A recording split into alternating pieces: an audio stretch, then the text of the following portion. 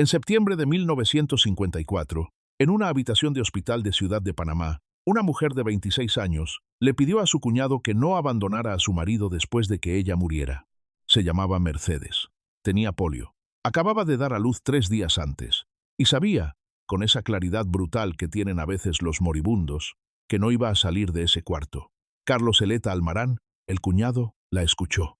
Le prometió lo que le pedía.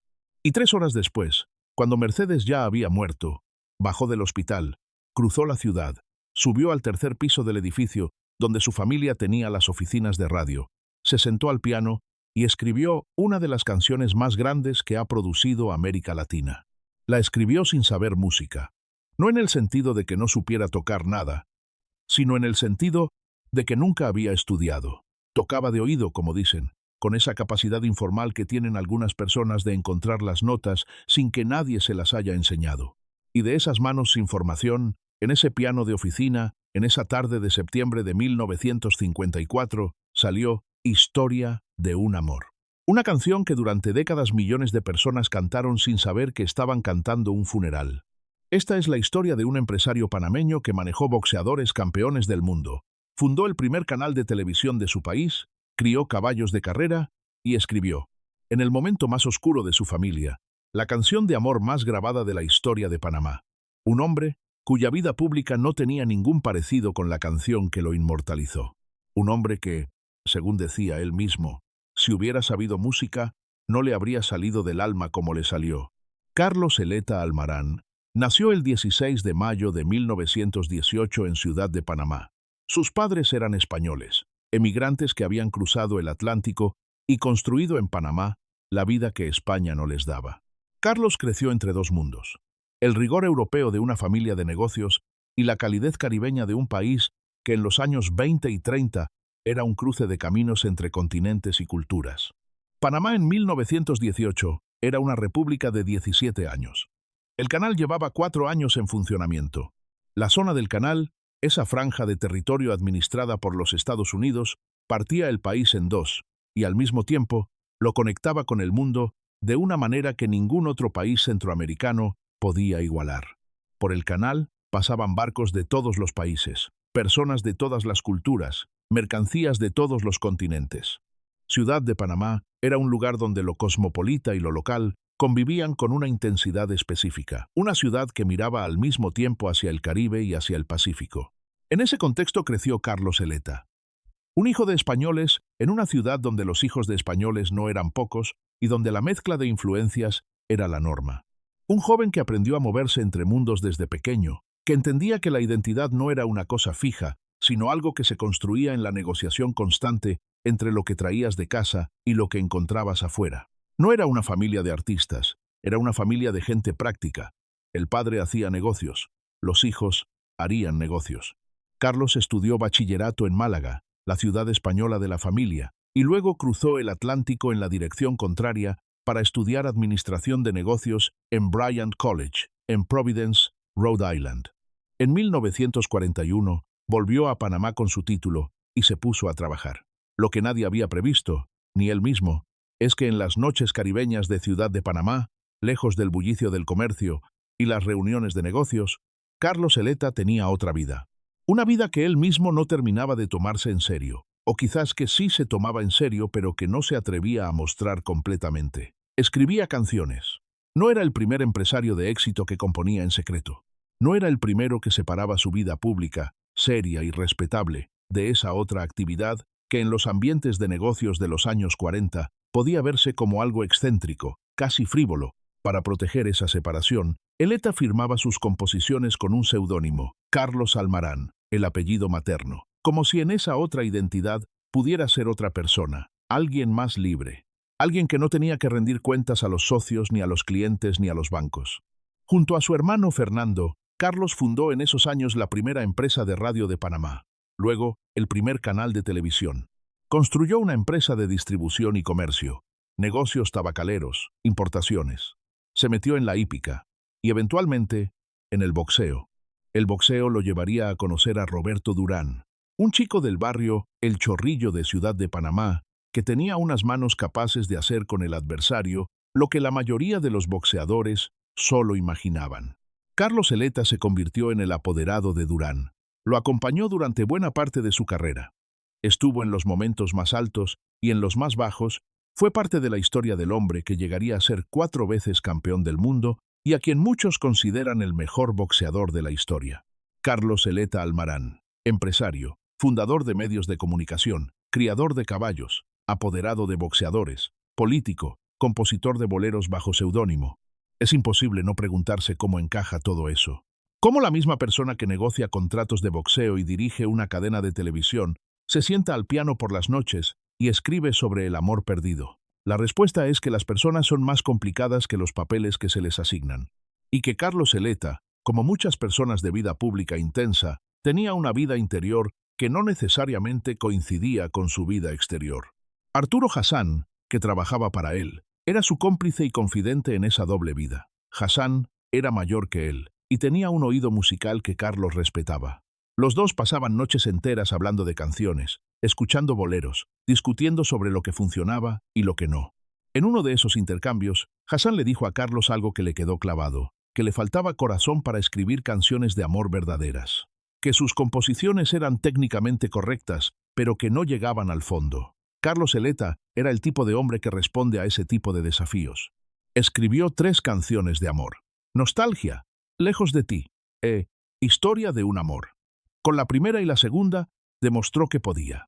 Con la tercera demostró que podía hacer algo que no se aprende. Pero eso todavía estaba por ocurrir.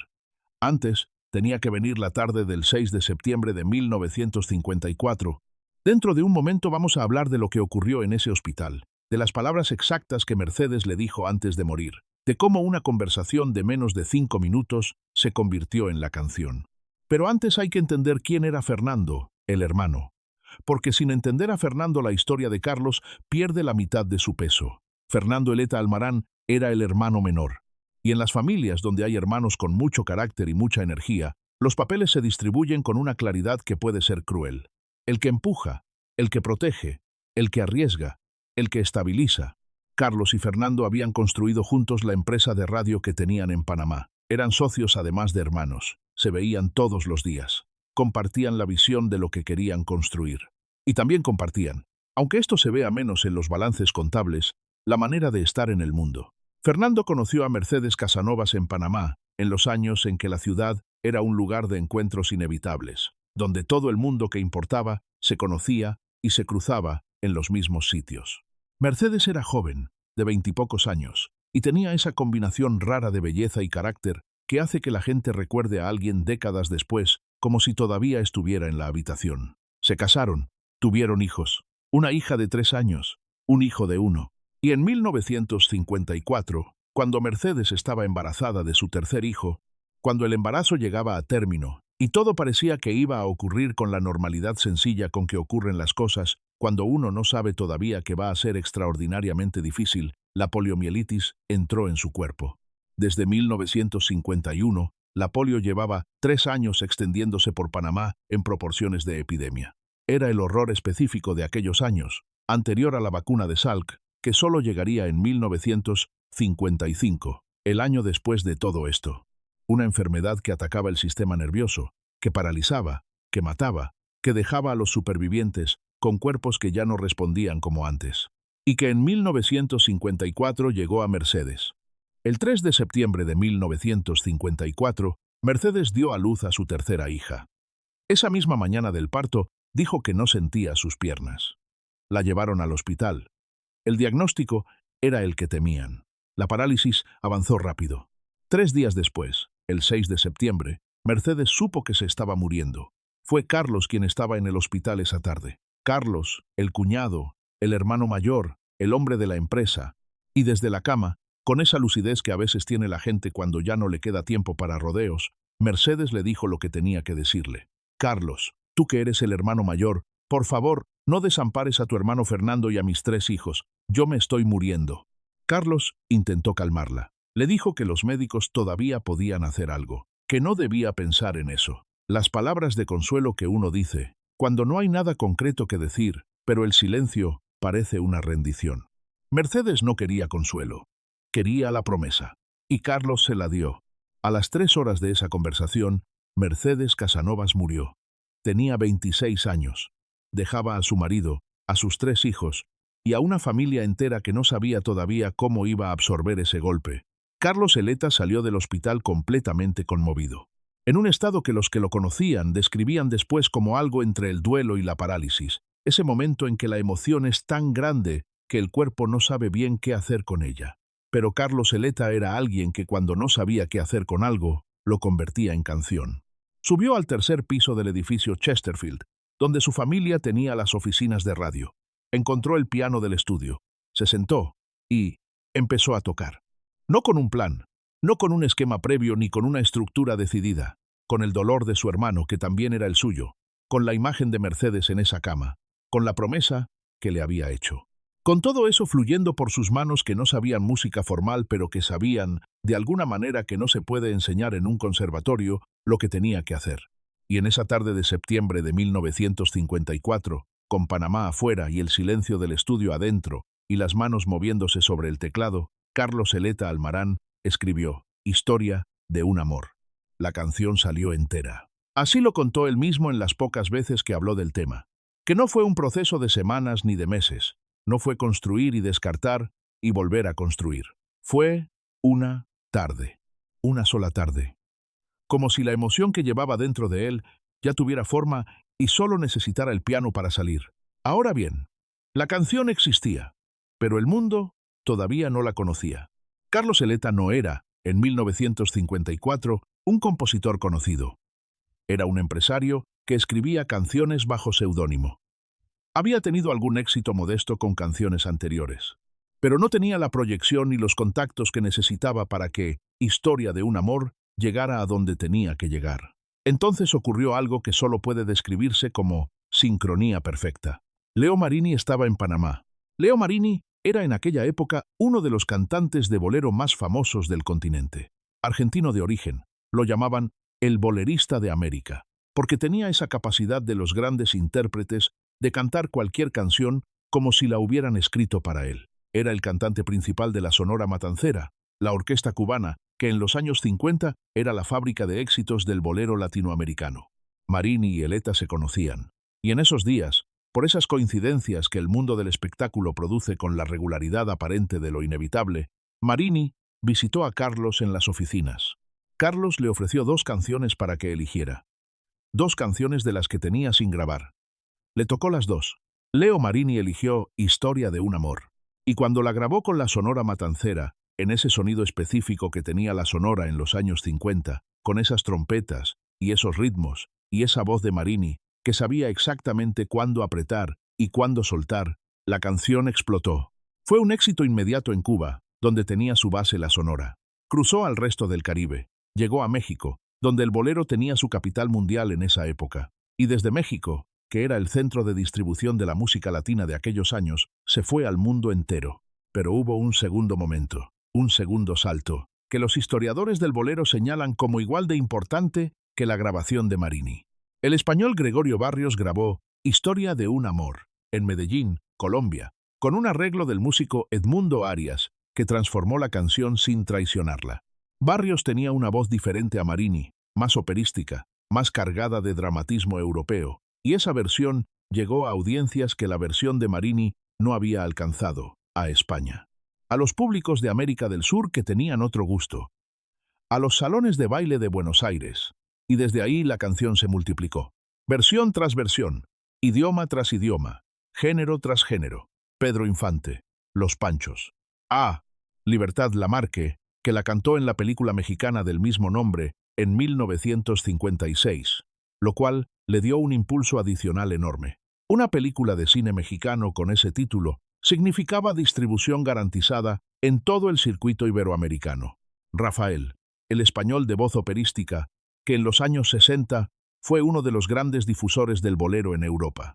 Luis Miguel, que la grabó en los años 90 y la llevó a generaciones que habían nacido después de que Carlos Eleta la escribiera. Il Divo, Diego El Cigala.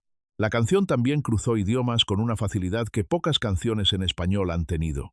En francés se llamó Histoire d'un amour y llegó a los salones de baile europeos que en los años 60 todavía bailaban bolero. En italiano encontró un espacio natural en la tradición de las canciones melancólicas que los italianos cultivan con una dedicación que los demás países envidian. En japonés, llegó a una audiencia que desde los años 50 había adoptado el bolero latinoamericano con una fidelidad que sorprendía a los propios latinoamericanos. Es la canción de origen panameño más grabada e interpretada de la historia. No la canción panameña más famosa, la más grabada. En la categoría específica de canciones que han sido registradas por más artistas en más idiomas en más países, Historia de un amor ocupa ese lugar desde Panamá. Un país de 4 millones de personas, un istmo entre dos océanos, una nación que lleva el nombre del canal que la atraviesa, produce la canción más grabada de su historia en una tarde de septiembre de 1954 en el tercer piso de un edificio de oficinas. Carlos Eleta decía, en las entrevistas de sus últimas décadas, que el mejor intérprete de Historia de un amor había sido Luis Miguel. No por sentimentalismo ni por popularidad comercial, porque Luis Miguel había entendido que esa canción no había que cantarla con desesperación sino con peso, con la calma del que ha integrado una pérdida, no con la urgencia del que todavía está en medio de ella. Y esa distinción entre el dolor fresco y el dolor que ya tiene años y ha encontrado su lugar, es exactamente la distinción que hay en la canción original. Pero lo más extraordinario no es la cantidad de versiones. Lo más extraordinario es algo que millones de personas que conocen la canción no saben. La canción más conocida del repertorio del bolero romántico, la que parece escrita por alguien que ha perdido a la persona que amaba, la que habla de ese vacío específico de cuando quien amabas ya no está, fue escrita por un hombre que no había perdido a la persona que amaba. Había perdido a la persona que amaba a su hermano. Carlos Eleta escribió Historia de un amor, desde dentro del dolor de Fernando, no desde dentro de su propio dolor. Se puso en el lugar de su hermano. Sintió lo que Fernando sentía, o lo que imaginaba que Fernando sentía, con una intensidad tan completa que lo que salió fue más real que si hubiera sido su propio amor el que se había ido. Eso tiene un nombre en teatro y en narrativa. Se llama empatía radical, la capacidad de salir de ti mismo y habitar el interior de otro con tanta completitud que dejas de ser testigo y te conviertes en protagonista. Los grandes actores lo hacen, los grandes escritores lo hacen, los grandes compositores, muy de vez en cuando, lo hacen también. Carlos Eleta lo hizo esa tarde de septiembre de 1954, sin habérselo propuesto, sin saber qué era lo que estaba haciendo, solo porque había hecho una promesa a una mujer moribunda. Y la emoción de esa promesa no cabía en su cuerpo, y tuvo que salir por algún lado. Hay algo en esta historia que se parece mucho a la de Consuelo Velázquez y Bésame mucho. Consuelo escribió la canción del beso sin haber besado nunca a nadie. Carlos Eleta escribió la canción de la pérdida sin haber perdido a quien amaba. Los dos crearon desde fuera de la experiencia que describían. Y los dos, precisamente por eso, capturaron algo que los que sí habían vivido esa experiencia no habían podido capturar. La experiencia real tiene ruido. Tiene detalles concretos y particulares que solo pertenecen a quien los vivió. Tiene una especificidad que enriquece, pero también limita. Cuando Consuelo imaginaba el beso esencial, el beso que todos podían reconocer como el suyo. Cuando Carlos Eleta imaginaba la pérdida de Fernando, imaginaba la pérdida esencial, la que todos podían reconocer como la suya. Esa universalidad no es un accidente. Es la consecuencia directa de haber llegado a la emoción desde afuera, sin el peso de lo específico. Hay algo más que esta historia tiene, que todavía no hemos mencionado, y que es quizás lo más desconcertante de todo. Carlos Eleta Almarán firmaba sus canciones con el seudónimo Carlos Almarán. Lo hacía, según explicó él mismo en alguna entrevista, para separar su imagen de empresario de su actividad como compositor. En el mundo de los negocios panameño de los años 50, un hombre que escribía boleros de amor podía ser visto con cierta condescendencia, como si esa actividad fuera algo menor, algo que no terminaba de encajar con la imagen de un hombre serio. Y así, durante años, mientras Historia de un amor se convertía en un estándar del bolero en todo el mundo, mientras su nombre como compositor circulaba en millones de discos y en las créditos de cientos de actuaciones, Carlos Eleta seguía siendo principalmente el empresario, el fundador de RPC, la primera cadena de radio y televisión de Panamá, el apoderado de Roberto Mano de Piedra Durán, el boxeador panameño que fue 4 veces campeón del mundo y uno de los mejores en la historia del pugilismo, el criador de caballos de carrera, el político, el hombre de múltiples facetas y una sola canción que lo resumía a todas. Esa contradicción, la del hombre de mundo que escribe el bolero más delicado, es parte de lo que hace la historia de Carlos Eleta tan difícil de encajar en ninguna categoría fácil. No era el compositor romántico que vive de sus canciones y sufre de amor y convierte ese sufrimiento en música. Era un empresario exitoso, práctico, con muchos intereses y muchas actividades, que en una tarde específica de su vida sintió una emoción que no cabía en ninguno de sus otros roles y la convirtió en una canción que sobrevivió a todo lo demás. Pensemos en lo que ocurre con la letra. La letra de Historia de un amor habla en primera persona. Dice: ya no estás más a mi lado, corazón. Dice: siempre fuiste la razón de mi existir. Dice: adorarte para mí fue religión. Habla del vacío que deja la persona amada, de la oscuridad que llega cuando se va, del amor que fue todo y cuya ausencia lo es también. Y la persona que escribió esas palabras no había perdido a la persona que amaba. Las escribió para describir el dolor de su hermano. Cada vez que alguien cantaba esa canción en primera persona, estaba cantando en realidad el dolor de Fernando. Cada vez que alguien la escuchaba y pensaba en su propio amor perdido, estaba conectando con una emoción que Carlos Eleta había tomado prestada de su hermano y transformado en algo universal. Eso es lo que hace el arte cuando funciona de verdad. Toma algo concreto y específico, lo desnuda de todo lo que es particular y único, y lo convierte en algo que cualquiera puede reconocer como suyo. Una tarde de septiembre, un hospital, una promesa, un piano. Y salió algo que no tenía nombre para el hombre que lo creó, pero que el mundo entero reconoció de inmediato como lo que era. Corría 1964 y llevábamos ya 10 años desde que Carlos Eleta escribió su canción. Se ha grabado en docenas de versiones. Ha llegado a México, a Cuba, a España, a Argentina. El mundo del bolero la conoce. Pero la historia que está detrás de ella, la historia de Mercedes y Fernando, la tarde del hospital y el piano, eso no lo sabe casi nadie todavía. Para el público que canta la canción, es simplemente una canción de amor y pérdida. Nadie sabe que es un funeral disfrazado de bolero. Y aquí hay algo que vale la pena detenerse a considerar. ¿Importa? ¿Cambia algo en la canción saber lo que hay detrás? Hay dos respuestas posibles a esa pregunta, y las dos son verdaderas. La primera, no importa. La canción funciona sin el contexto. Ha llegado a lugares donde nadie sabe nada de Carlos Eleta, ni de Fernando, ni de Mercedes, ni de la polio en Panamá, en 1954. La música activa algo anterior al lenguaje, circuitos muy antiguos del cerebro que responden antes de que el pensamiento consciente pueda intervenir. No necesita que sepas la historia de Mercedes para que te llegue. Ya estás dentro antes de darte cuenta. La segunda respuesta, sí, importa, porque saber que detrás de esa canción hay una historia real, una mujer real, que murió a los 26 años dejando 3 hijos de menos de 4 años. Un hermano real que prometió cuidar de esa familia, un hombre real que se sentó al piano sin saber música y escribió todo eso en una tarde, añade una capa de significado que la canción no puede comunicar por sí sola. Te recuerda que las canciones más grandes no son ejercicios de imaginación, son documentos, son registros de momentos en que la realidad fue tan intensa que no cabía en ningún otro formato. Hay una frase que los críticos literarios usan a veces para describir las grandes obras: la densidad de lo real, la idea de que ciertas cosas tienen más peso, no porque sean más elaboradas o más complicadas, sino porque son más reales. Porque detrás de cada frase hay algo que ocurrió de verdad.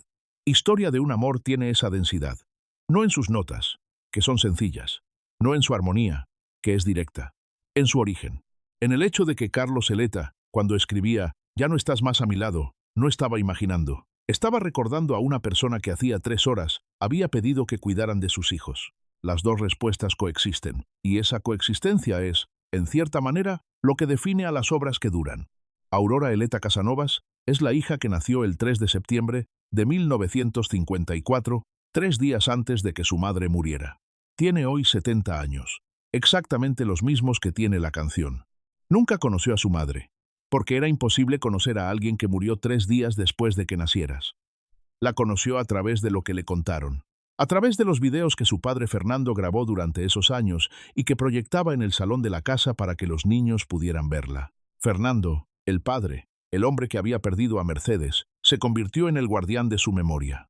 Grababa en video todo lo que podía.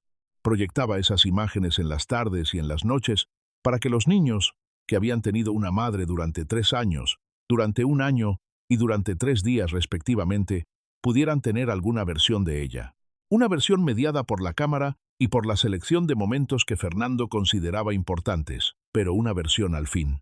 Aurora dice que su padre fue uno de los encargados de mantener vivo el recuerdo de Mercedes, y que gracias a esa canción, su madre existe todavía en un sentido que va más allá de las fotografías y los videos. Cuando Aurora escucha Historia de un amor en un bar, en la radio, en una película, siente algo que la mayoría de las personas que están en ese mismo espacio no pueden sentir. No solo la emoción genérica de la canción, la emoción que le llega a cualquiera que haya amado y perdido. Siente el origen específico. Siente a su madre en esas palabras, aunque las palabras fueron escritas por su tío Carlos y no por alguien que la conociera directamente. Siente el hospital. Siente los 3 días entre el nacimiento y la muerte. Siente todo el peso de una vida que no llegó a cumplir los 30 años, y que sin embargo dejó en el mundo 3 hijos y una canción que tiene 70 años. Cuando millones de personas en todo el mundo cantan, es la historia de un amor como no hay otro igual. Están cantando, sin saberlo, a Mercedes Casanovas. Están cantando a una mujer de 26 años que murió de polio en 1954 en Panamá. Están cantando al amor entre Fernando y Mercedes, que duró los años que duró y que dejó en el mundo 3 hijos y una canción. Eso no lo sabe nadie cuando canta la canción. Pero ya lo sabes tú. Regresemos al principio. Una mujer que sabe que se muere le pide a su cuñado que cuide de su familia. Un cuñado que no sabe música se sienta al piano horas después y escribe una canción.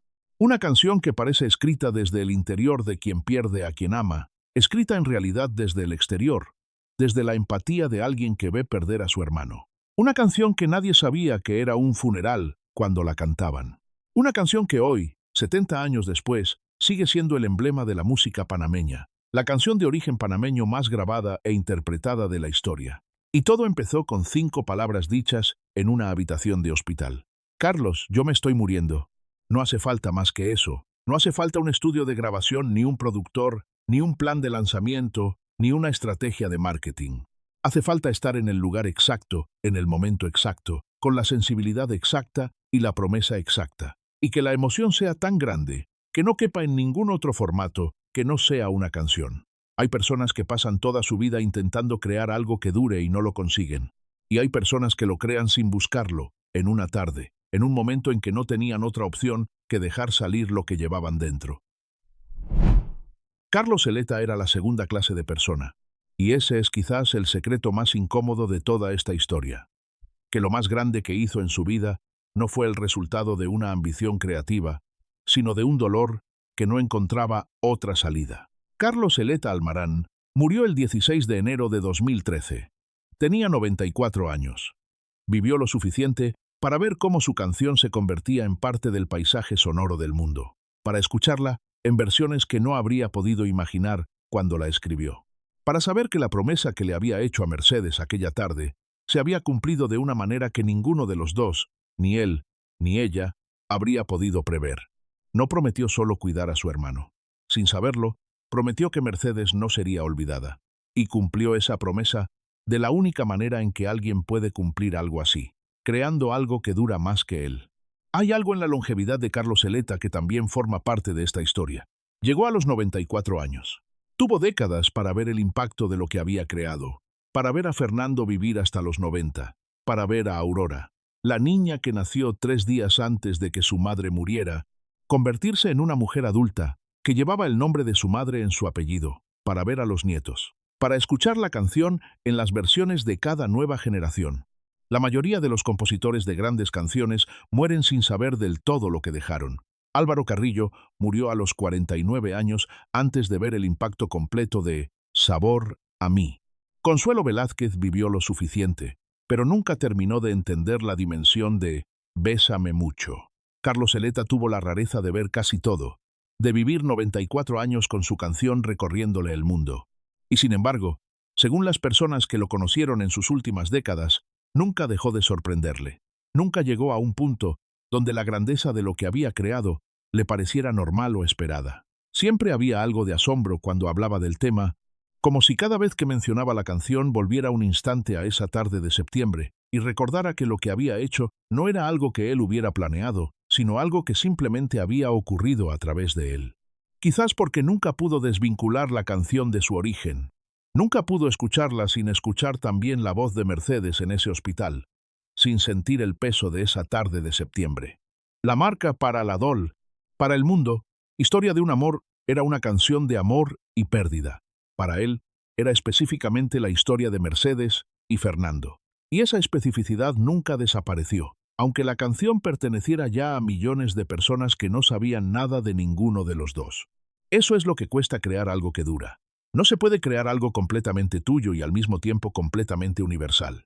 En algún momento, tienes que elegir, guardarlo para ti o soltarlo. Carlos Eleta lo soltó. Y cuando algo se suelta así, cuando sale al mundo y empieza a vivir su propia vida, ya no vuelve. Pertenece a los que lo escuchan tanto como a quien lo creó. Carlos Eleta dijo que si hubiera sabido música, no le habría salido del alma como le salió. Tiene razón, no de manera romántica ni como modestia, tiene razón técnicamente. El alma no pasa por el filtro de la formación. El alma sale directamente, sin mediación, con toda la fuerza y toda la torpeza y toda la honestidad de lo que está sintiendo. Y cuando eso que está sintiendo es la emoción de un hombre frente a la muerte de alguien que su hermano amaba, cuando es la emoción de una promesa hecha a una mujer moribunda, cuando es el peso de todo eso concentrado en una tarde de septiembre, lo que sale no necesita ser técnicamente perfecto para ser completamente verdadero. La canción que nació de una promesa a una mujer moribunda lleva 70 años viva. Y seguirá viva mientras haya alguien en algún lugar del mundo que cante que ya no está más a su lado, corazón, aunque no sepa que cuando canta eso, está cantando a Mercedes. Aunque no sepa que detrás de esas palabras hay una tarde de septiembre, un hospital, 3 días de vida, y un hombre que cumplió la promesa más difícil de la manera que nadie esperaba, escribiendo algo que el tiempo no puede borrar. Hay otra canción en esta serie, cuya historia va en una dirección completamente diferente. No es un funeral disfrazado de bolero. Es todo lo contrario. Una canción que parece la más romántica del repertorio del bolero mexicano, pero que en realidad fue escrita para un hombre que estaba abandonando el amor, para siempre, para dedicar su vida a Dios. Una canción que el mundo entero ha cantado como si fuera un himno a la mujer amada, sin saber que nació como despedida de algo completamente distinto. Agustín Lara la escribió en una servilleta en un restaurante de Buenos Aires. Se llamaba Solamente una vez, y la persona a quien se la escribió no era una mujer, era un tenor que se iba a convertir en fraile franciscano. La tienes en el siguiente video.